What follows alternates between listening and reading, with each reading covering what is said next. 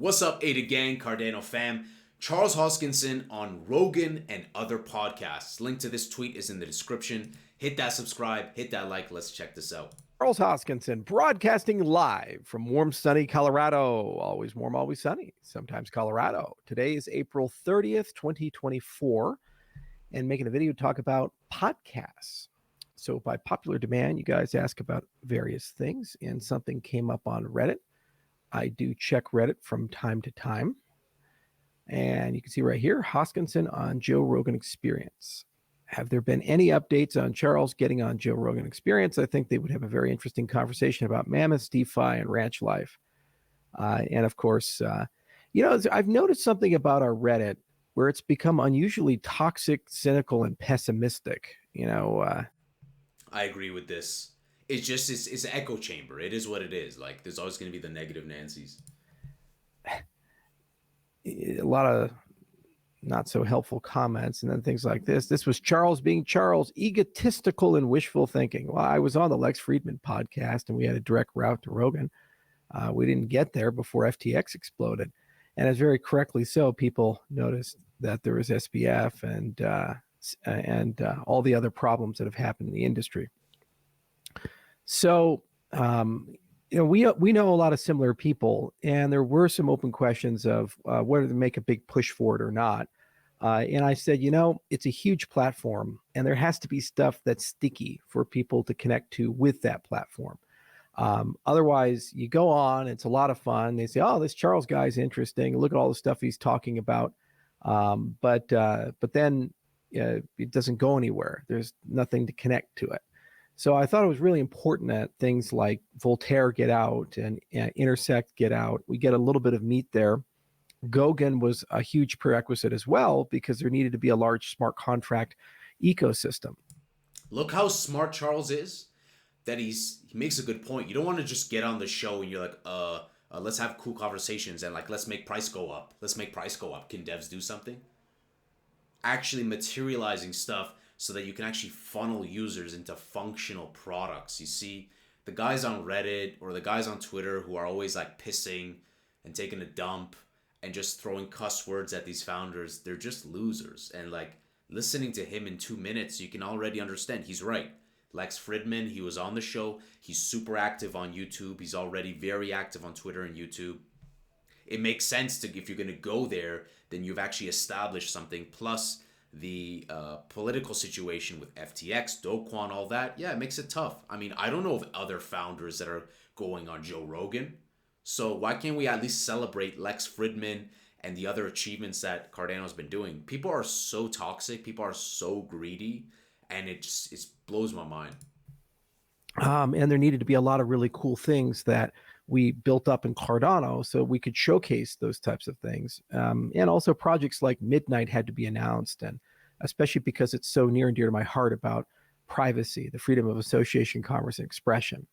You see, when you go on a mainstream podcast that has 20 plus million viewers, you have to be able to be interesting across the thread. So there's psychedelics. We share that passion, and I have a clinic and there's 7,200 people there. And at some point we'll start doing clinical trials. Base Charles. Yo, Base Charles. Let me get a Base Charles in the chat. Base Charles in the chat. Base Charles. Base Charles. Man, I gotta write Base Charles. Base Charles in the shot. For PTSD and psychedelics as soon as Wyoming will let us do that. We have the anti-aging portfolio, and our stem cell lab is under construction right now and will be finished before the end of the year as the clinic grows. Charles, good guy, Capcom, Hoskinson. He's the blue umbrella, not Capcom, sorry, Umbrella Corp. He's the good Umbrella Corp. There's the hunting stuff where I have guided hunts on my ranch with my bison. And obviously there's elk and other things there. He's a noted bow hunter. And there's a lot of really cool announcements about potential new hunting animals that have never existed before, but they're not quite announced. As you guys know, we have the glowing plants, and there's a lot of announcements to come for that. And, it'd be really cool to actually bring one and show one. And then obviously there's other things like the Black Hawk and It's going beyond just having a transport helicopter. It's moving into actually building things for it. So it's a wide life, and it's a wide spread of things. And it's important that whenever you do that, that you have channels to direct people into, whether they be Discord channels or they be members-based organizations to join, and there's a call to action, or otherwise you've kind of wasted the footprint. Reminds me of the project that I just worked with. Guys, look, you need a funnel. You need a funnel, right? Imagine if I go to a guy and I'm like offering a service, I don't know what it's priced at, how can I do that point of sale, how can I take them from A to B? And he has a point. You need call to actions, and those call to actions are part of a funnel.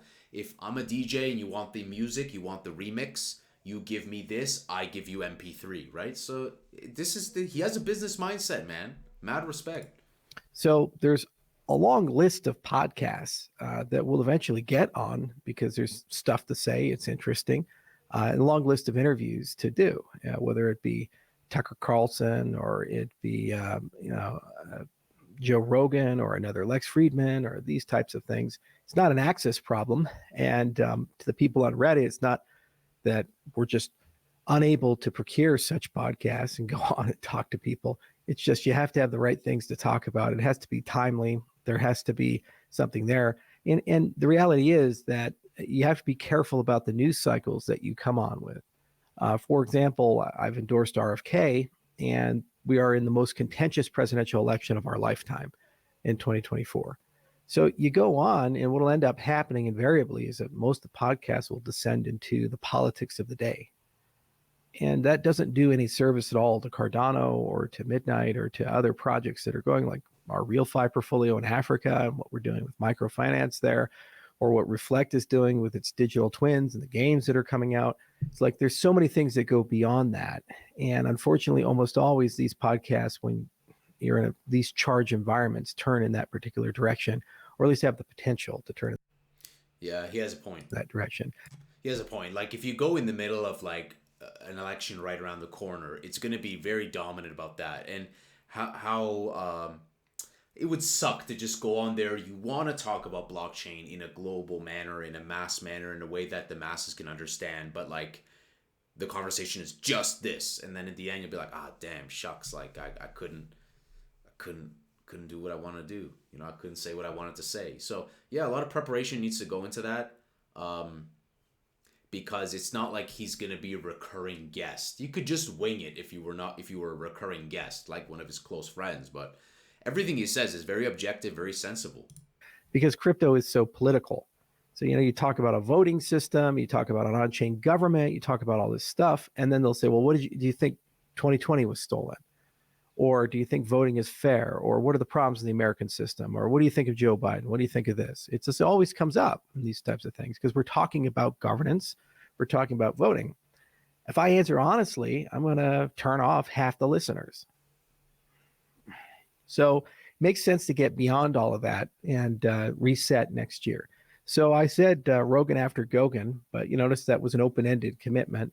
We're going to make a push to try to get on a variety of different podcasts, and that'll probably start. It'll start likely towards the end of this year because there's going to be just a ton of big media events, but 2025 will be the big year. Everything's pointing out to be bullish Q4 this year and going into 2025, guys. There you go again. For all of that. And I think that there'll be a lot more interest and excitement and passion in crypto as well, which will open up the invitations, and we'll just kind of go through the list. It's not just Joe Rogan. There's also extremely popular podcasters in Asia who you never hear about in the United States, in South America, who you never hear about in the United States. They have 30 million people listen to them, Africa, et cetera, et cetera. So it'll be a truly global setup as well, and kind of do a world tour and hit podcast after podcast and kind of spread all the message. And the hope is to get a large collection. Guys, should Charles shave his head and just go full Pitbull, Mr. Worldwide? I mean, he's doing global podcasts. He's flying everywhere. He might as well, no? But I know I see this question come up quite a bit. Well, what about Joe Rogan, Rogan after Gogan, these types of things? And so I figured I'd make a video and just kind of explain my thinking about it and how to bring it all out. There's also a rebrand going on for Input Output. And my hope is to have the beginning of that rebrand launched in Rare Evo. So, I really would like the website to be freshed up and a lot of things to be updated, modernized, and our brand, because a lot of our things have been running since like 2018, 2019. They haven't been really materially changed at all. And just a lot of stuff has to be updated and cleaned up and made more concise and understandable and ready for mainstream deployment, because it was kind of built in a very crypto-centric, and now things have become much wider and broader, and there's a lot more depth on things. I agree with this. Good choice to do like a future rebranding of IOHK. Why not? Why not? I think that's a good idea. I think it's going to be more broadly accessible, a more recognized name rather than just not at all. And it can be fresh. It can give people a feeling that like, wow, like this has been refreshed, and it can be good for the existing holders to have retention, boost their confidence. Why not? I think it's beneficial in all aspects. As long as it looks good, if it looks elegant, if it looks and feels good, why not? So when that rebrand comes through, it makes sense to introduce that to the world, and we'll exactly do that. So I hope this answers the Rogan question. And to the Reddit people, I don't know why you're so toxic at times. It's a great question. I don't understand why XRP Army doesn't represent me. I consider myself, I'm the glue. I'm the Persian glue, okay? XRP, Cardano, Bitcoin, Solana, Polkadot, you name it. Ethereum, I like them all. There's going to be ETFs for all. There's going to be baskets for all. The evidence is right there in front of our face. Why are people so toxic? Well, they want to vent. They want to vent. They want to take their frustrations out on something. To which I say, guys, find our Lord and Savior Jesus Christ. Right there, it will give you all the melting away of your stress. I kid you not. Kid you not. Every time I'm mentioned on the Cardano Reddit, there's at least a few commenters that come on that are pretty harsh and really strongly dislike me, and I'm not sure why. They say it's like terrible, difficult to listen to, egotistical, all this type of stuff. I don't tend to see that in some of our other channels. Like, I don't see that either. Charles, don't take it seriously. There's going to be people who hate you always. Always remember, guys, the truth is persecuted. Persecution is normal in scripture. And we're always a villain in someone else's like story. Someone else's story, you're a villain. No matter if you did everything completely right. Always remember what 50 Cent said. I need you to hate me so I can use you for your energy. Be aware of them, but don't romanticize over them. I'll see the consistent people that go from YouTube video to YouTube video, and you just block them. But Reddit has seemed to have turned fairly sour. It also seems to have become a slight dead platform. The level of engagement on the Cardano Reddit's gone down tremendously. So if the community wants to resurrect that, I'd recommend go to Reddit and post more often. I think it's not just a Cardano thing. I think like crypto Reddits in particular are kind of unpopular. People want to go where there's like tweets and Twitter and YouTube and media and more highly engaging. I think Reddit, it serves better for some of the other purposes. I don't know. What do you guys think? What do you guys think about crypto Reddit? Like the subreddits on crypto, most of them are quite like not highly engaging, even outside of Cardano. If not, let it die. Let me know what's the canonical replacement. I'm getting a little older. I'm 36 now. And when I was growing up, like Reddit was the thing. I remember Bitcoin Reddit and Bitcoin Talk. They were dual companions and people would talk there. But it does seem overall that Reddit's losing traction and user basis. And maybe it's the case that, it's become an echo chamber for a certain viewpoint. There also seems to be a lot of transitivity from cryptocurrency Reddit to Cardano Reddit, which is... I think I like the comparison to Bitcoin Talk. Bitcoin Talk is where I would go to take a look at like speculating hardware, marketplace, downloading new firmware for my future bit, like my Bitcoin miner, etc.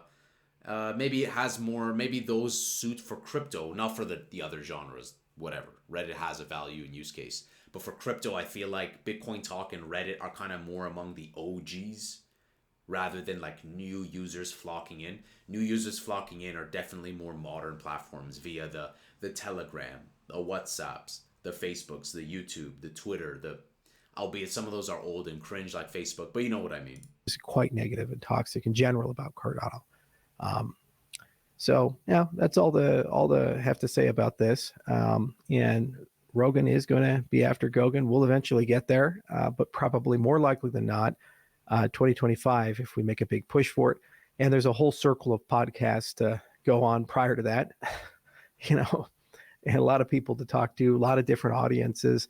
But eventually you walk up the ladder, and then I kind of view that as the apex of the podcast space.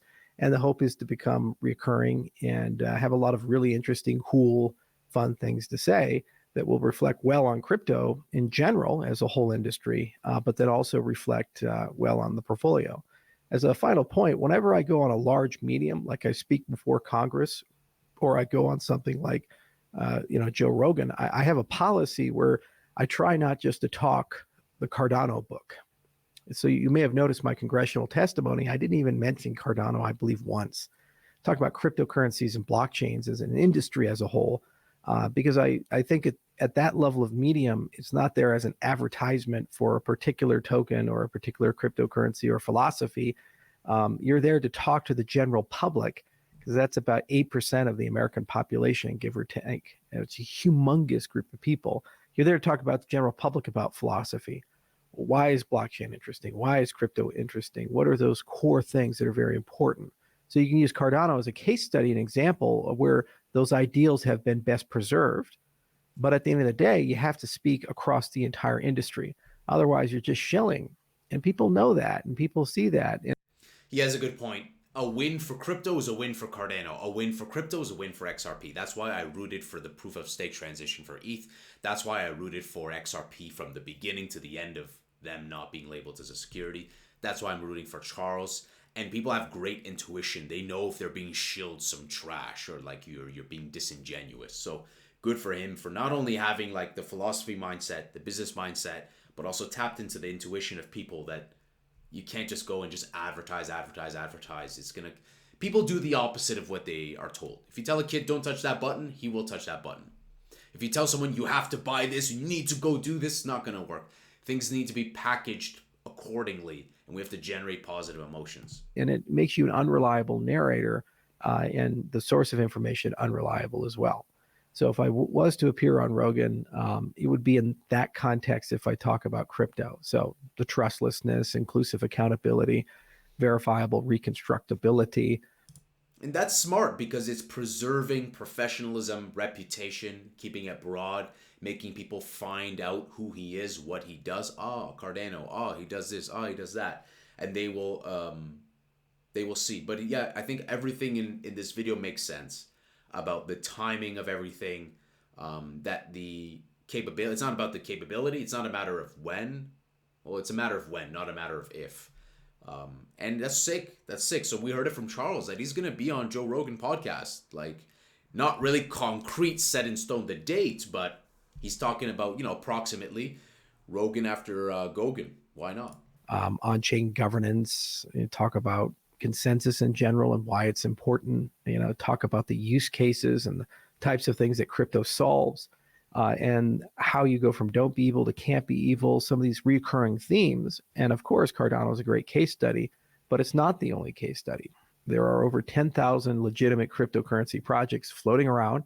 Some are small and some are quite large, and they all have great communities in many cases. And, it's important that you raise the halo a little bit. Now, of course, you push people a bit in the Cardano direction and say, well, that's where it's best to learn, and you hope they stay. But that's not the point of the exercise. At a medium of that scale, it's very important to talk about the industry as a whole. So I hope this answers everybody's questions about Rogan, because I've seen it probably a dozen or so times a month. Everybody asks Rogan after Gogan, when Rogan. It's the new when Coinbase and when USDC.